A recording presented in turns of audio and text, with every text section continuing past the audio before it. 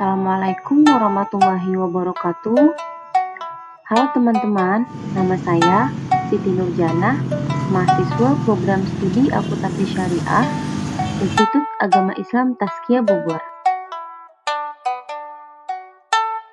Pada kesempatan kali ini, saya akan sedikit membahas tentang berpikir kritis dan kepemimpinan dalam kehidupan sehari-hari.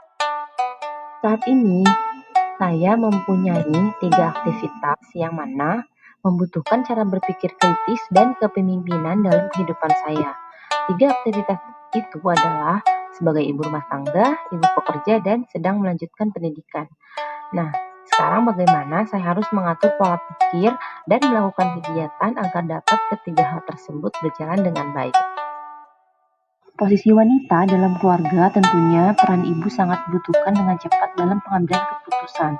Tidak hanya berfokus pada kebutuhan sehari-hari, tetapi juga melibatkan perspektif jangka panjang untuk kesejahteraan dan perkembangan keluarga secara menyeluruh.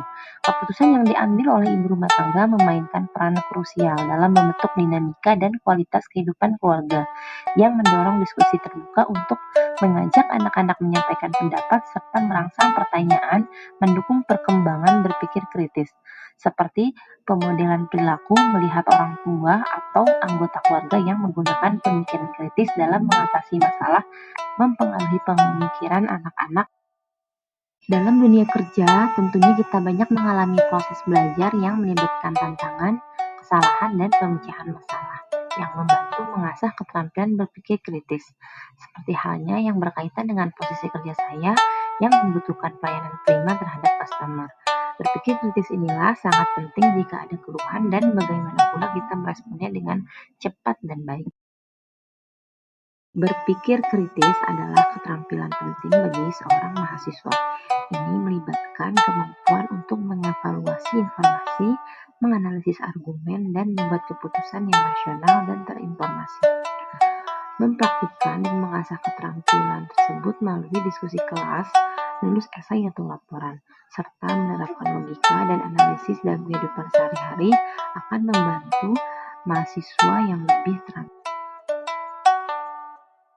Berikut cuplikan hasil wawancara tentang berpikir kritis dalam kepemimpinan yang menginspirasi saya. Baik, Assalamualaikum warahmatullahi wabarakatuh. Perkenalkan, nama saya Nabila Dananir dan Alhamdulillah sejak tahun 2023 hingga saat ini saya diamanahi sebagai Koordinator Program Studi Pendidikan IPS Institut Agama Islam Tazkiyah.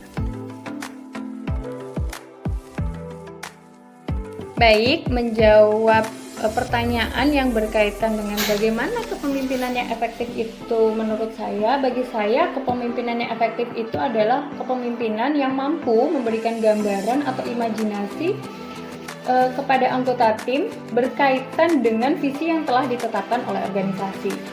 Nah, di sini harapannya kemudian pemimpin bersama anggota tim mampu membuat program yang kemudian dapat direalisasikan dengan baik untuk mencapai visi tersebut. Baik, sepengalaman saya berkaitan dengan kepemimpinan yang efektif ini bisa saya rasakan pada saat saya berhenti bekerja. Pada saat itu tahun 2020, usia anak saya di usia 1 tahun lebih, ya 1,5 tahun. Nah, pada saat itu saya dan suami saya selaku pemimpin keluarga berdiskusi dan memutuskan untuk dengan berbagai pertimbangan pada akhirnya saya memutuskan untuk berhenti bekerja pada saat itu.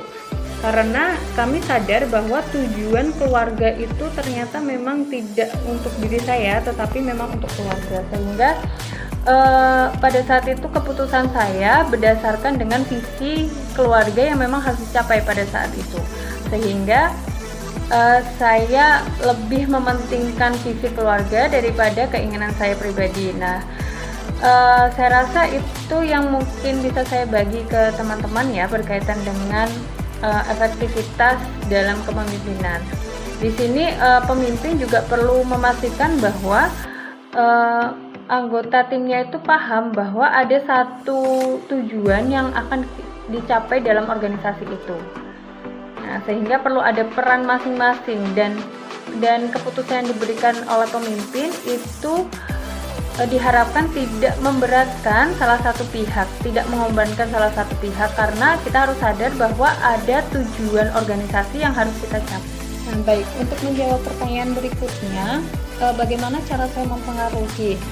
Nah, untuk cara mempengaruhi itu kita sebagai pemimpin juga harus paham bagaimana karakter dari masing-masing anggota tim kita.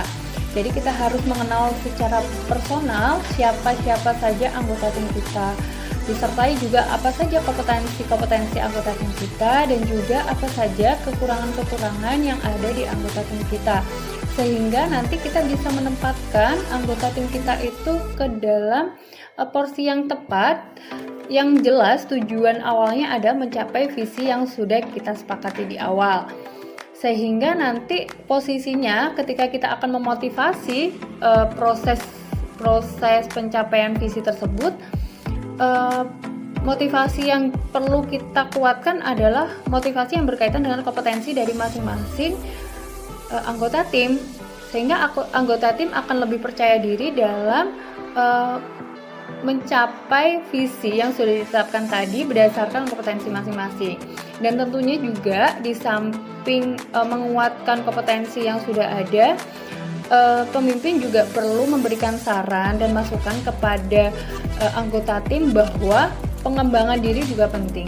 Nah, pengembangan diri ini bisa di luar dari zona nyaman atau di luar kemampuan expertise dari setiap anggota tim, sehingga anggota tim tersebut bisa mengeksplor diri dalam berbagai pelatihan-pelatihan yang kemudian bisa menunjang peningkatan kemampuan dari anggota tim tersebut.